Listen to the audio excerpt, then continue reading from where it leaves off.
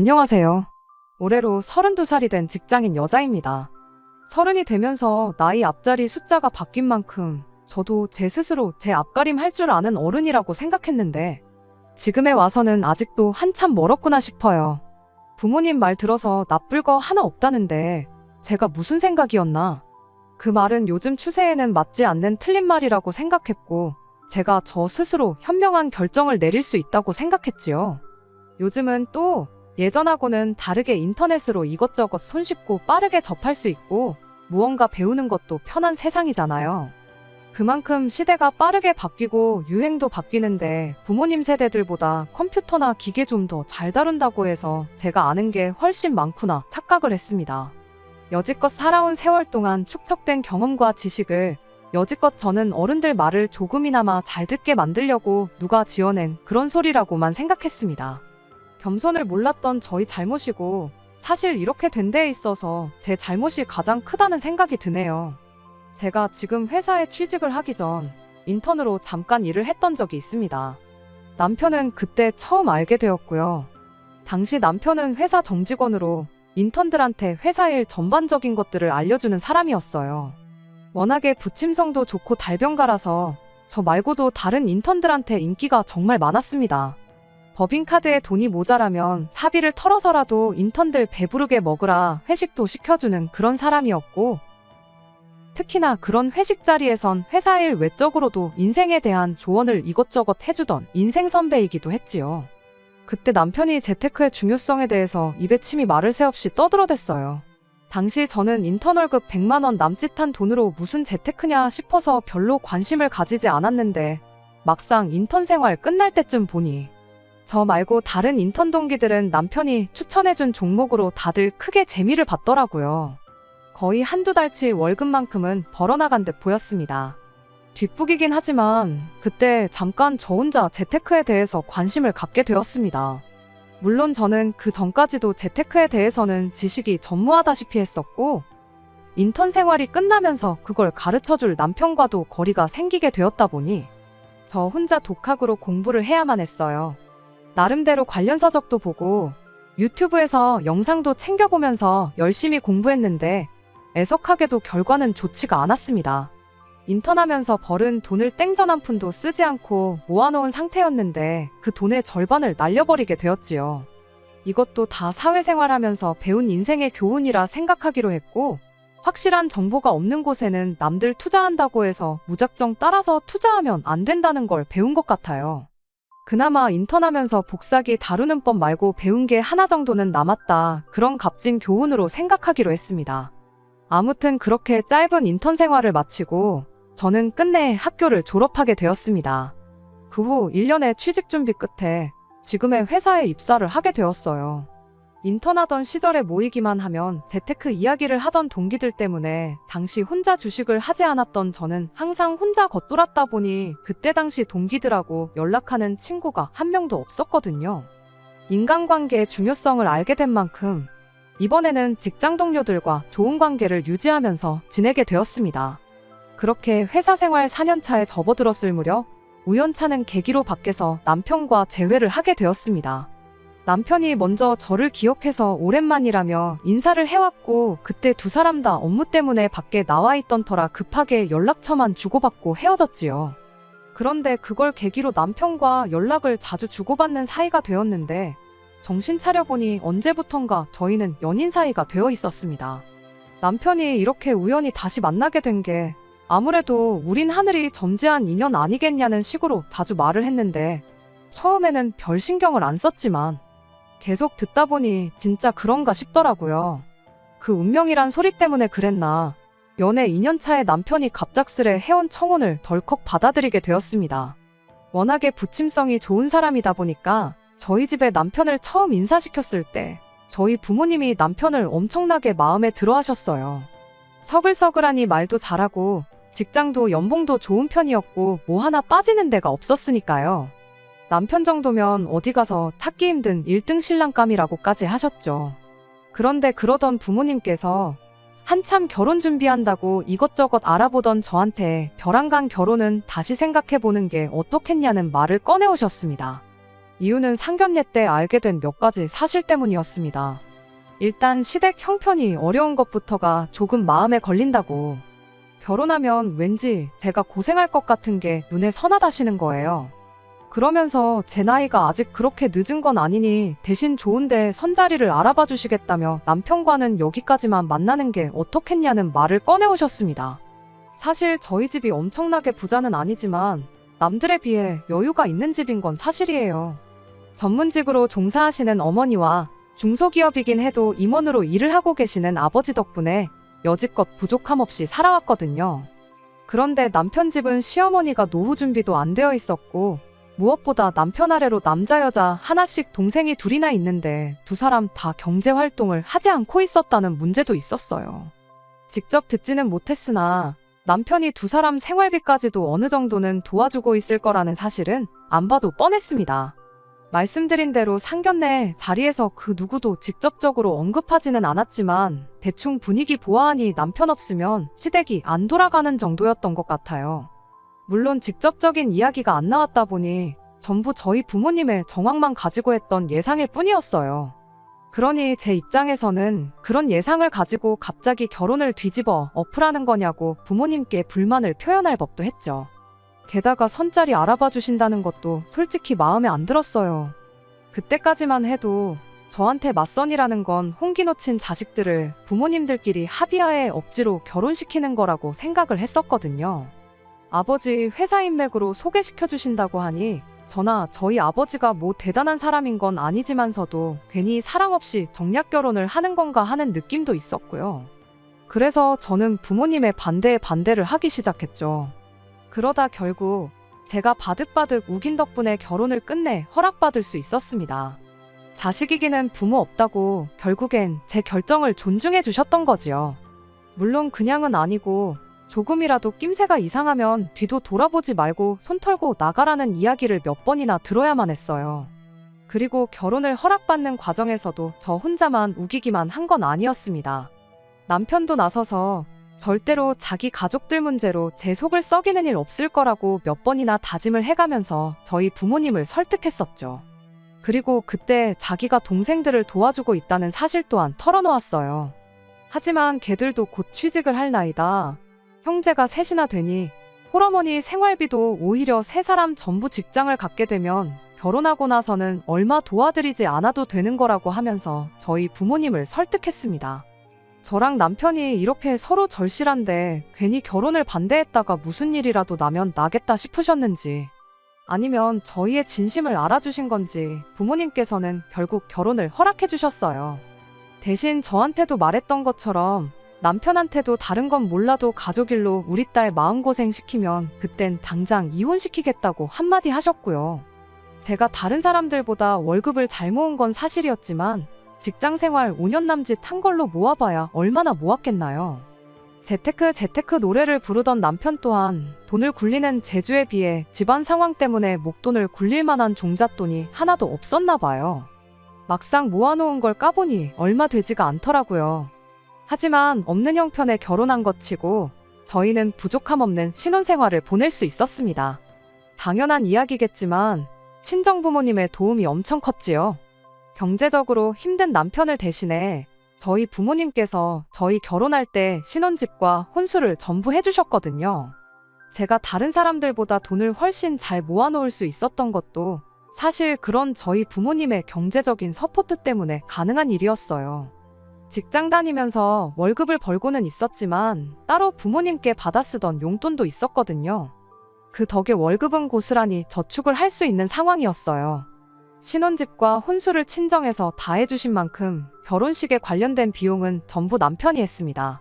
시댁이 3시간 거리에 있는 지방에 있어서 서울까지 부를 사람이 많이 없다는 이유로 결혼식 자체는 조촐하게 했어요. 저희 부모님의 직업적인 특성상 안 그래도 하객 수가 거의 300명에 육박할 것 같았는데 시댁 쪽에서는 남편 직장 동료들을 합쳐도 50명이 될까 말까 했거든요. 괜히 그것 때문에 남편이 주눅들게 하고 싶지도 않았고 저희 부모님께서도 그 부분에 대해서는 동감을 하셨기에 결혼식은 그냥 서울 근교에 있는 분위기 좋은 곳에서 정말 가까운 사람들만 초대해 조촐하지만 알찬 결혼식을 올렸습니다. 아무튼 그렇게 저희는 신혼생활을 시작했어요. 처음에는 제가 모아놓은 돈을 가지고 차를 한 대 뽑을까 했었죠. 저희 집에서 집도 혼수도 다 해주셨는데 차까지 해달라고 하긴 뭐했고, 남편이 모아놓은 돈으로는 결혼식 비용을 내고 나니 솔직히 남는 게 거의 없기도 했거든요. 마침 그때쯤 국내에서 출시된 프리미엄급 라인의 차가 인기가 워낙 많았던 데다가 제가 모아놓은 돈이 딱 그 차 가격 정도 되었기에 그 차를 뽑아서 타고 다니면 좋겠다 싶었지요. 어차피 결혼했으니 나중 생각해도 차 한 대쯤은 당연히 있어도 되는 거 아닌가 하는 생각이었거든요. 그런데 남편이 우리 형편에 지금 차를 뽑자는 소리가 나오냐며 그 돈은 그냥 쓰지 말고 아껴두자는 말을 꺼내왔습니다. 집도 혼수도 다 장인 장모님이 해주셨지만 이걸 나는 그냥 받았다고 생각하지 않는다고. 언젠가 내가 경제적으로 더 성공해서 집 해주신 거며 그동안 우리한테 베풀어 주신 거 꼭 2배로 갚아드리고 싶다면서 그러기 위해선 지금부터 최대한 아끼고 모아 종잣돈을 만들어 돈을 굴리는 게 맞다는 이야기를 꺼내왔습니다. 그때 당시만 해도 집이며 가정가구며 필요한 거 다 해결되었다고 남은 돈 전부 다 써버릴 생각부터 했던 제가 다 부끄러웠어요. 그리고 남편이 참 속이 깊고 생각이 많구나, 좋은 사람을 내가 잘 골랐구나, 그런 생각까지 했습니다. 알뜰한 경제관념에 염치도 있고 생각하는 것도 어른스럽다고요. 당장 차가 있으면야 편하기야 하겠지만 보험료에 기름값에 그런 거 생각해보면 말 그대로 안 쓴다면 충분히 안 쓸 수 있는 돈이기도 하잖아요. 서울이 대중교통이 안 되어 있는 것도 아니고 이따금씩 어디 멀리 가고 싶으면 차 같은 건 렌트해서 하루 정도 필요할 때만 써도 되는 거 아니겠냐고. 요즘 그런 거 잘 되어 있는데 무조건 내 걸 가지고 있는 것보다 활용할 수 있는 거 활용해가면서 달마다 나가는 고정 비용을 최대한 절감하는 게 부자가 되는 첫걸음이라고 설명하는 남편의 삶의 지혜가 참 대단해 보였습니다. 처음 결혼하고 몇 달간은 다른 신혼부부들 마냥 알콩달콩 재밌게 지냈어요. 그러던 중 처음 남편과 부부싸움을 하게 만든 일이 하나 있었습니다. 제가 회사 일로 외근 나갈 때마다 다니는 은행이 있는데 어쩌다 보니 거기 직원분과 친해져서 권유를 받아 카드 하나를 발급하고 내친 김에 계좌도 하나 만들었던 게 있거든요. 당연히 카드 대금은 그 계좌에서 빠져나가게 만들어뒀지요. 하지만 그게 제 주거래은행이 아니다 보니 크게 신경을 안 쓰고 있었는데 어느 날 카드값이 나가야 할 시점에 계좌에 잔액이 하나도 없었던 겁니다. 평소에는 쓰지 않는 카드인데 어쩌다 쇼핑 가서 할인 혜택 때문에 사용을 했던 적이 있었거든요. 물건만 사고 카드가 빠져나갈 걸 전혀 생각하지 않았던 저희 어처구니 없는 실수였지요. 그 덕에 카드 회사에서 카드값이 연체되었다고 독촉전화 한 통을 받게 되었는데 남편이 그 통화를 듣고는 그게 계기가 돼서 부부싸움까지 번지게 되었습니다.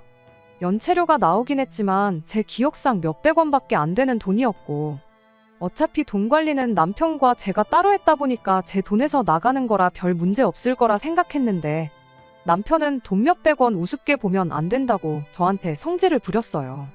그런 게 하나하나 쌓여서 목돈이 되는 거라고, 나가서 땅을 판다고 그 돈이 나오겠냐. 아무리 푼돈이라도 지나가는 사람 붙잡고 그 돈 달라고 하면 줄 사람이 몇이나 되겠냐. 아주 목에 핏대까지 세워가며 열변을 토하기 시작했습니다. 물론 제 실수가 확실했다 보니 제가 잘한 것도 없는데 당당할 필요까진 없었지만 남편이 너무 필요 이상으로 열을 내는 건 아닌가 싶었어요. 저러다 혈압이 올라서 쓰러지면 병원비가 더 나올 텐데 싶고 그렇게 화내는 건 처음 보는 모습이었는데 당연히 감정이 서운하기도 했습니다. 이게 그렇게까지 화낼 일은 아니지 않냐며 최대한 남편 기분을 달래주려고 애를 썼어요. 결국엔 남편도 화가 누그러지긴 하더라고요. 그러더니 남편이 화를 푸는 대신 자기가 생각이 하나 있는데 들어보지 않겠냐며 말을 꺼내왔습니다. 사실 자기가 이따금씩 저를 볼 때마다 결혼 전에 월급을 한 푼도 안 쓰고 고스란히 모아놓은 것 치고는 1억 가까이 하는 차를 사자고 하질 않나? 카드값도 제대로 못 내서 연체료를 내질 않나? 경제관념이 조금 없는 건 아닌가 생각이 들었답니다. 그러다 나중에 제가 저희 부모님한테 그간 용돈을 타서 쓰고 있었다는 걸 알게 되곤 왜 그런지 그제서야 알게 되었다면서 이렇게 된 마당에 자기가 돈 관리를 하고 저한테 용돈을 줄 테니 그렇게 해보는 게 어떻겠냐고 하더라고요. 필요할 때 자기가 저한테 용돈을 주는 식으로 하고 나머지는 제 돈을 자기가 대신 굴려보겠다는 소리였어요. 거기서 제가 그렇게 하라고 하면 안 되었는데 제가 실수했던 것도 맞고 남편이 워낙에 재테크에도 빠삭한 사람이라는 걸 알고 있기도 했고 무엇보다 그때에는 제가 남편 말대로 부모님 덕분에 편하게 고생 안 하고 커서 경제관념이 보통 사람만도 못했던 건가 하는 생각까지 들었다 보니 그렇게 하는 게 좋겠다고 했어요. 그리고 겸사겸사 저희 집에서 남편의 집안 형편을 가지고 결혼을 반대했던 것, 그리고 결혼 후에 남편이 저희 부모님이 저희한테 해주신 걸 신세졌다 생각하고 꼭 갚겠다고 했던 말이 생각이 났습니다. 이참에 내 월급 관리도 남편한테 맡겨서 아예 본격적으로 재테크를 시켜보면 좋겠다 싶었습니다. 그렇게 해서 남편이 돈을 목돈으로 불려가지고 오면 당장 저희 부모님께서도 능력 있는 사위를 몰라봤구나 생각을 고치진 않으시겠나 그런 생각이 들었거든요. 그래서 고민 끝에 남편한테 그렇게 하자고 했어요. 남편이 자신만만한 표정으로 자기가 부지런히 모으고 불려놓을 테니 돈 필요할 때 어디에 쓸 건지 알려주면 그거에 맞춰서 자기가 용돈을 주겠노라고 했습니다. 아예 제 지출 자체를 막아버린 건 아니다 보니 거기에 그렇게 큰 불만은 없었어요. 그렇게 제 인생 최대의 실수를 범하게 되었던 거죠. 남편한테 경제권을 넘겨버린 것 말이에요. 월급 받으면 어디 따로 크게 돈 빠져나갈 일 없이 모으는 대로 다 저희 돈이었고 두 사람 월급만 해도 합치면 한 달에 800만 원 가까이 되는 거금이었다 보니 남편이 알아서 목돈 만들어서 굴려만 주면 언젠간 꼭 저희 부모님께 인정받을 날이 오겠다 하는 기대를 가졌던 겁니다. 그렇게 남편에게 경제권을 맡기고 난 뒤 얼마 지나지 않아 남편이 왜 우리 집은 아직도 장인어른 명의로 되어 있느냐는 질문을 해왔습니다. 우리가 하루 이틀 살 집도 아니고 길게는 앞으로 몇 년을 더 살게 될 집이지 않냐고요. 그러면서 저희 아버지 앞으로 나갈 세금 걱정을 해주더라고요.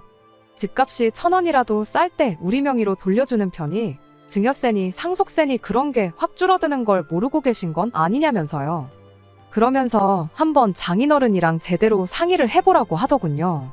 저는 또 그 말에 넘어가서 그 길로 당장 아버지한테 연락해서 집은 언제쯤 우리 명의로 해주실 생각이시냐 물어봤습니다. 하지만 아버지께서는 뭐 하나 속 시원하게 대답을 해주시지 않으셨어요. 세금 문제는 당신이 내는 거고 당신 알아서 할 문제니 니들이 신경 쓸 필요 없다면서요. 왜냐고 제가 몇 번을 물어봤지만 아버지께서는 그저 신경 끄라 말하고 대답을 피하셨을 뿐이었습니다. 그렇게 저희 집은 아버지 명의로 계속 남아있게 되어서요. 결혼할 때 마냥 제가 바득바득 우겨가지고 저희들 명의로 돌려놓았다면 정말이지 이혼해버린 지금도 상상조차 하기 싫네요. 아무튼 이 사실을 남편한테 말하니 남편이 그래도 한번 다시 생각은 해보시는 게 좋을 텐데 하고는 아쉬워했어요. 하지만 아버지께서 신경 쓰지 말라고 하셨는데 거기다 대고 바꿔달라고 우길 수도 없는 노릇이지 않냐고 말했더니 이내 알겠다고 하고는 장인어른이 알아서 하신다니 자기는 신경 안 쓰겠다 하고 순순히 포기를 했습니다. 그 뒤로 시간이 지나 결혼한 지도 어느덧 2년이라는 세월이 흘렀습니다. 저희는 언제나처럼 사이가 좋았고 친정 부모님께 진 신세를 갚기 위해서 여유로운 형편에도 불구하고 누구보다 아끼고 노력하면서 열심히 살고 있었어요. 서로 맡은 바 자기 자리에서 할 일을 그대로 하고 있었는데 달라진 게 하나 있었으니 그게 시댁이었습니다. 사실 결혼하고 여지껏 시댁하고는 왕래가 한 번도 없었거든요. 무엇보다 저희가 차도 없고 그런 상황이다 보니 3시간 거리에 떨어져 사는 시댁에 오며 가며 하는 게 힘들었던 게 가장 큰 이유였어요. 시댁에 하는 안부 전화도 남편이 알아서 다 했었다 보니 제가 딱히 시댁에 연락을 할 일도 없었습니다. 그런데 올해 초 갑작스럽게 시어머니가 저한테 연락을 해왔어요. 시어머니가 갑자기 며느리한테 연락을 한 게 좋은 신호는 아니었습니다.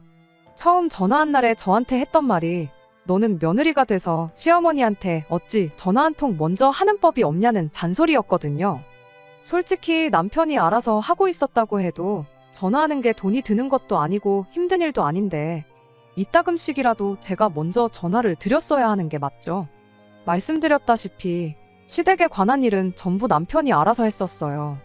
결혼하고 나서 남편이 시댁에 매달 50만 원씩 용돈을 보내드리기로 했었는데 그거 말고도 사실 동생들 취직할 때까지 어느 정도 생활비를 더 줘야겠다고 액수를 100만 원으로 보내주고 있었거든요. 그리고 시어머니한테서 저에게 전화를 처음 걸어왔을 때까지도 남편의 동생들은 여전히 그렇다 할 직장을 구하지 못한 상태였습니다. 그렇다 보니 남편이 나름 눈치가 보였던 걸까? 제가 시댁에 전화하는 걸 자기 가족들한테 눈치를 주는 거라 생각했는지 시댁에 하는 연락은 자기가 알아서 할 테니 저보고는 딱히 할 필요 없다는 식이었었어요. 그간 남편이 못하게 해서 연락을 못 드렸다고 하기는 뭐해서 알겠다고 대답했습니다. 처음엔 이런 시어머니 때문에 당황스럽긴 했는데 그래도 곰곰이 생각해보니 남편이 저희 친정에 하는 만큼 내가 시댁에 뭐 하나 잘한 게 있나 하는 생각이 들고 나름 반성까지 했어요. 저도 남편이 하는 만큼은 해야 하는 거 아닌가 싶어서 조만간 한번 찾아뵙겠다 대답하고 전화를 끊었습니다. 그리고 그날 저녁 퇴근해서 집에 돌아온 남편에게 어머님과 이런 일이 있었다 말하고 조만간 날 잡아 시댁에 한번 다녀오자는 말을 꺼냈어요. 명절 때도 돈만 보내고 말았지 전혀 왕래를 안 했으니 시어머니가 저희들 보고 싶어서 투정 부리시는 것 아니시겠냐고요. 그런데 남편은 시댁엔 뭐하러 가냐며 갈 필요 하나도 없다고 딱 잘라 거절을 하더라고요. 다른 것도 아니고 부모님 찾아뵙는다는데 저럴 필요까지 있나 싶었는데 남편이 말하길 우리 차도 없는데 거기까지 어떻게 가냐. 차 하루 빌리는 데만 해도 돈이 얼마나 들어가고 돌려줄 때도 기름 채워서 돌려줘야 하는데 거기서 또 돈이 나간다고. 거기에 괜히 시골길 잘못 달렸다가 돌이라도 튀어서 차에 흠집이라도 나면 그건 수리비대로 또 물어줘야 한다고. 어떻게든 시댁에 안 가겠다고 발악을 하더라고요. 그간 가족들 생활비를 챙겨줄 만큼 가족에게 정성이던 남편치고 시댁 가자고 하는데 저렇게 거부 반응까지 보이는 게 어딘가 찜찜하긴 했어요. 그때는 그저 저희가 여전히 친정에는 경제적 지원을 받으면서 시댁에는 경제적인 지원을 해주고 있었으니 괜히 자격지심 때문에 저러는 건가 그런 생각도 들었죠. 그래서 그럴 게 아니고 내가 지금 이 상황에 대해 아무런 불만을 가지고 있지 않다고 남편을 이해시켜주는 게 더 낫겠다 싶어서 안 간다는 남편 억지로 끌고 시댁에 다녀오기로 했습니다. 어차피 어머님한테 조만간 찾아뵙겠다고 말했다고 당신 안 가면 나 혼자라도 다녀오겠다 했더니 순순히 따라오더라고요. 그렇게 몇 주 지나지 않아 시댁을 다녀왔어요. 남편이 하도 렌트카 가지고 배보다 배꼽이 더 클 수도 있다고 난리치던 게 생각나서 저희 아버지 차를 빌려서 다녀왔습니다.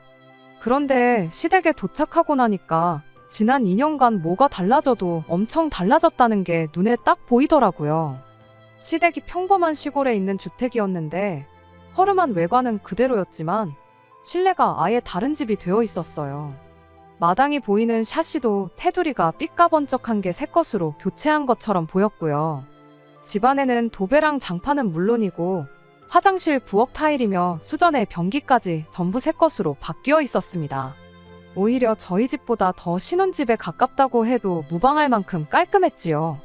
누가 봐도 오래 써서 낡을 만큼 낡았고 가전제품 박물관에서나 볼 법한 오래된 가전들도 전부 싹 최신 기종으로 바뀌어 있던 데다가 방마다 벽걸이 에어컨이 하나씩 달려 있었어요. 물론 시댁이 계속 허름하게 살아야 한다는 법은 없지만 이건 뭐 한눈에 봐도 환골탈태라고 할 만큼 달라져 있다 보니 그때부터는 놀랍다기보다 뭔가 쎄한 느낌이 들기 시작했어요. 결혼하고 나서 남편이 시댁에 보내주던 돈이 100만 원이었어요. 많은 돈이긴 하지만 결혼 전에 드리던 액수랑 비교해보면 오히려 푼돈에 불과하다고 할 만큼 액수가 많이 줄어드는 상황이었습니다.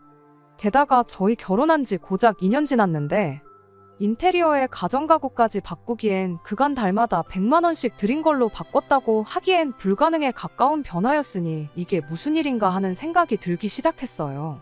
그런데 그러던 와중에 밖에서 부르릉 소리가 나더라고요. 뭔가 하고 봤더니 시동생이 마당에 주차를 하는 소리였습니다. 딱 봐도 연식이 좀 돼 보이는 중고차이긴 했지만 아주 유명한 외제차 브랜드였고 차 크기도 저희 아버지 차보다 커다란 게 못해도 돈 1,000만 원은 넘게 줬겠구나 싶었습니다. 남매끼리 어딜 다녀온 건지 조수석에서 신우도 같이 내렸는데 신우는 위아래로 쫙 빼입고는 명품 가방까지 떡하니 들고 내리더라고요. 시동생들이 남편 보고 얼굴 까먹겠다며 오랜만이라 엄청 반가워하는 분위기이긴 했는데 저는 그때부터 이 알게 모르게 느껴지는 기분 나쁜 예감 때문에 온 신경이 곤두서 있었습니다.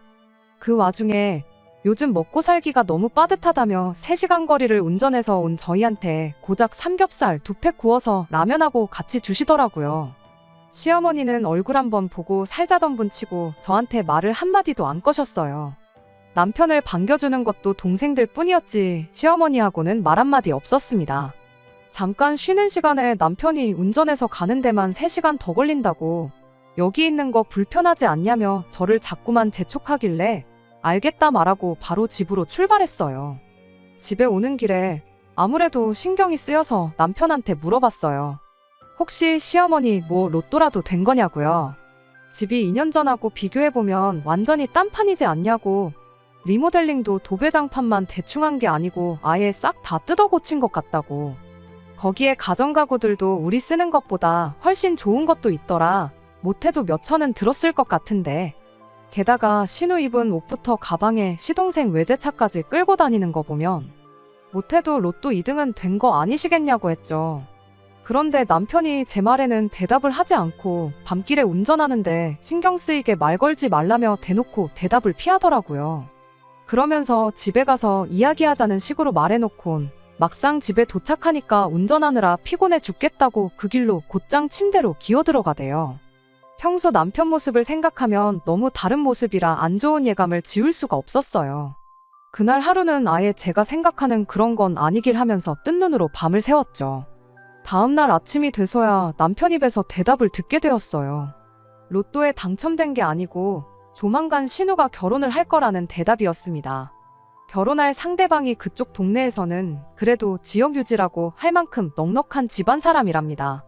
그래서 결혼 이야기 오가는 동안에 일단 혼수랑 그런 거 미리 사놓고 시댁에 가져다 놓은 거고 결혼 선물로 그쪽 집에서 어머님한테는 집 리모델링을 시동생한테는 외제차를 해줬다는 말을 하더라고요. 신우야 아내 될 사람이니까 위아래로 쫙 빼주고 명품 가방까지 사준 거 아니겠냐고 하는데 믿는다면 충분히 믿을 법한 이야기이긴 했지만 솔직히 가전가구가 뭐 유행하는 간식들 마냥 품절 사태가 나는 것도 아닌데 미리 사놓는다는 게 말도 안 된다는 생각이었어요.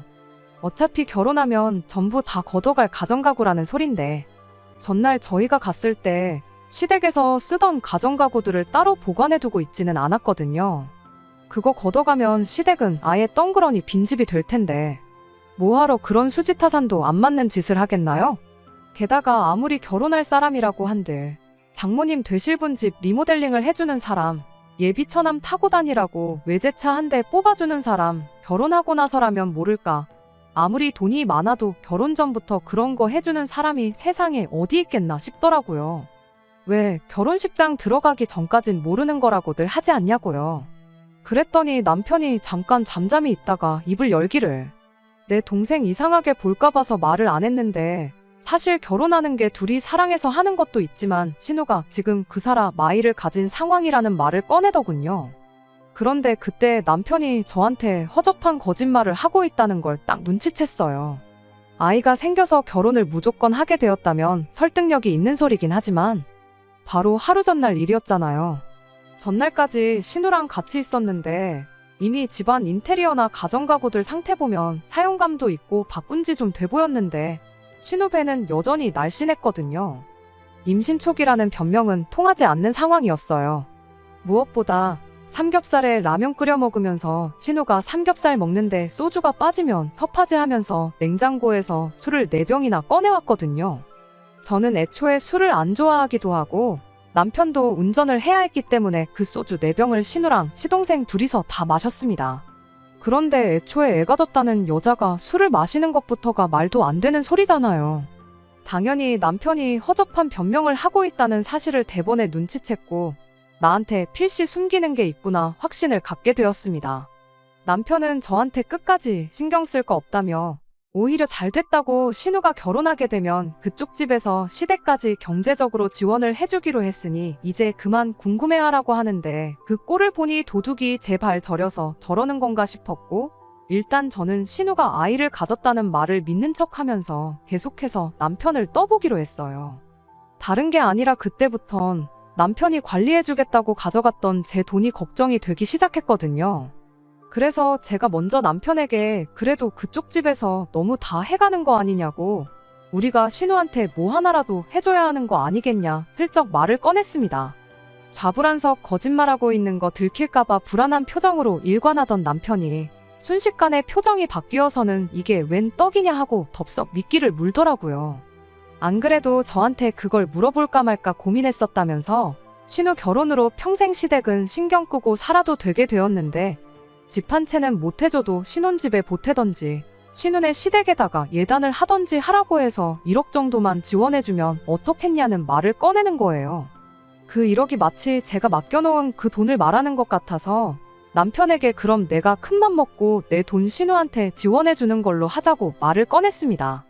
대신 그 돈은 생색이라도 나게 내가 직접 전달해주겠다고, 그러니까 내 돈을 일단 다시 저한테 돌려달라고 했어요. 그 말이 끝나기가 무섭게 남편이 정색을 하면서 이제 결혼했으니 우리 돈인데 왜 당신이 생색을 내려고 하느냐고 따져묻더라고요. 기회는 이때다 싶어서 여지껏 내가 시댁에 소홀했던 것도 있고 하니 이참에 신우 도와주면서 어머님한테도 점수 좀 따려고 그런다고 당장 돈을 보내라고 말을 건넸죠.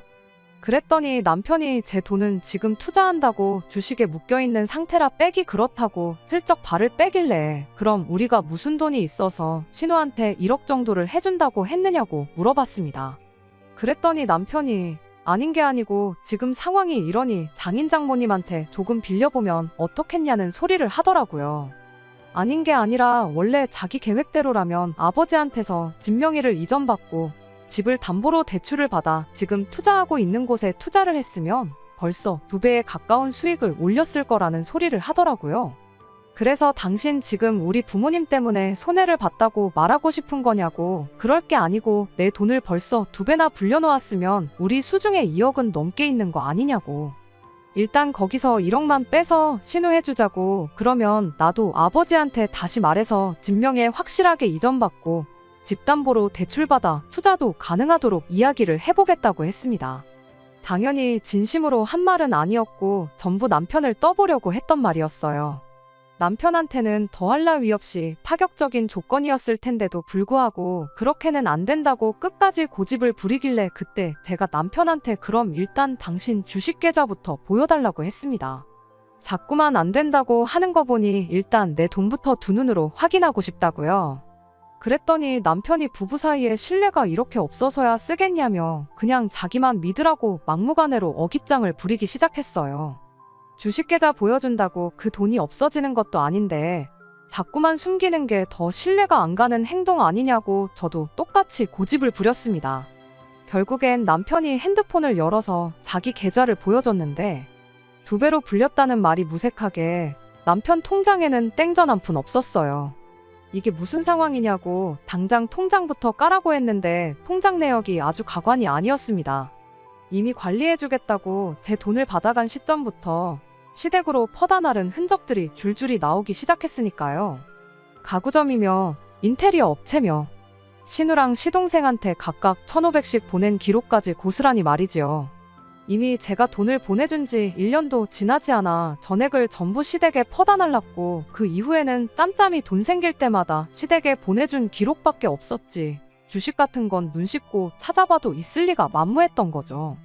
이건 어떻게 설명할 거냐 물었더니 뻔뻔하게도 신우랑 시동생한테 보낸 돈은 빌려준 돈이고 시댁 가정가구 바꿔준 것과 시댁 리모델링 해준 건 다 신우가 시집 갈 수 있는 여건을 마련해주느라 그런 거랍니다.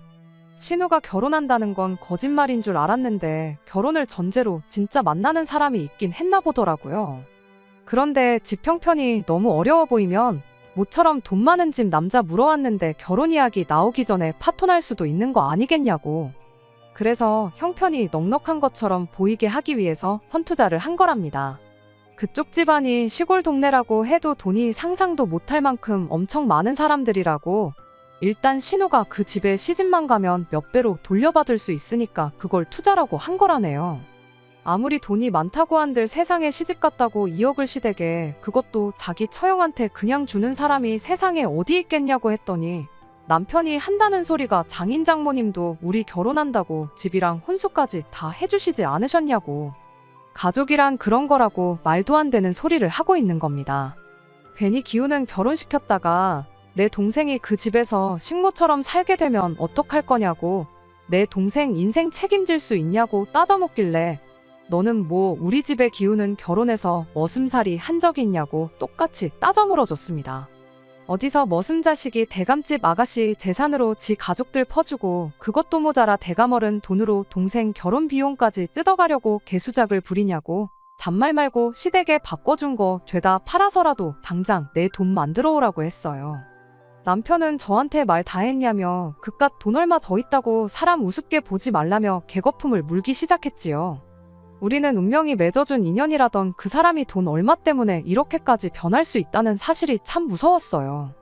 부모님 반대에도 불구하고 제가 우겨서 한 결혼이었기에 어떻게든 행복하게 잘 살고 싶은 마음 하나뿐이었는데 이 사람은 처음부터 내 돈, 우리 집 재산을 노리고 결혼을 했던 거구나 하는 생각을 갖기 시작하니 더 이상 같이 살고 싶은 마음이 없어졌습니다. 자초지종을 들은 저희 부모님께서는 바로 인맥을 총동원해서 이쪽 방면에서 가장 승률이 높다는 변호사를 선임해 주셨어요. 그리고 곧바로 남편에게 퇴거 명령과 제 돈에 대한 내용 증명, 그리고 이혼 서류까지 같이 해서 보내줬습니다. 남편은 처음에는 배째라는 식으로 나왔지만 소송까지 가면 저한테 갚을 돈은 물론이고 위자료까지 내야 한다는 말에 금세 포기를 하고 곧장 이혼 서류에 사인을 해줬어요. 어차피 맨몸으로 온 남편, 내쫓을 때도 맨몸으로 내보내버리면 그만이었으니 이혼 자체는 어려울 게 없었습니다. 관리해주겠다고 가져갔던 제 돈은 남편이 직접 저한테 갚아줘야 했는데 그 와중에 한 푼이라도 마련해보겠다고 시동생이며 신우, 시어머니한테 해줬던 것들을 중고로 좀 정리해달라고 부탁을 했었나 봐요.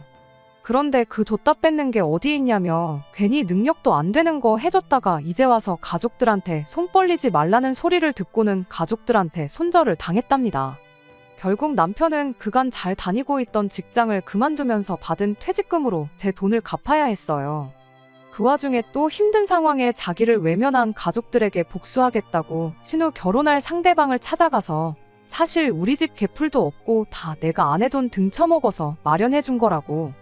괜히 내 동생하고 결혼했다가 평생을 뜯어먹히고 살 수도 있다며 난리를 부렸나 봐요. 결국 그렇게 신우 결혼까지 파토를 내버렸는가 봅니다. 그렇게 가족들 챙길 땐 뒤도 생각 안 하고 있는 대로 퍼주더니 이렇게 된 걸 보니 다시 한번 돈이라는 게 참 무섭구나 하는 생각이 들었어요. 지금에 와서는 제가 뭐가 그렇게 잘나서 부모님이 하는 말 귀 기울여 안 듣고 이 결혼을 했나 하는 후회뿐입니다. 돈도 이자까지 해서 다 돌려받았지만 부모님이 하지 말라는 결혼 억지로 했다가 저에게 남은 건 이혼했다는 꼬리표 뿐이네요. 이 또한 부모님 말씀을 새겨듣지 않은 벌을 받고 있는 거라 생각하고 있습니다. 앞으로는 큰일을 결정함에 있어서 부모님이 하는 말은 무조건 듣기로 생각을 고쳐먹었어요. 그래도 남편이며 남편 가족들이 전부 다 같이 망해버린 거 하나, 그거 하나로 위안 삼고 저는 앞으로 제 앞길만 신경 쓰고 살 생각입니다. 끝까지 들어주셔서 감사합니다. 오늘의 사연은 여기까지입니다. 구독과 좋아요, 알람 설정 부탁드리고 더 좋은 사연으로 다시 찾아뵙겠습니다. 감사합니다.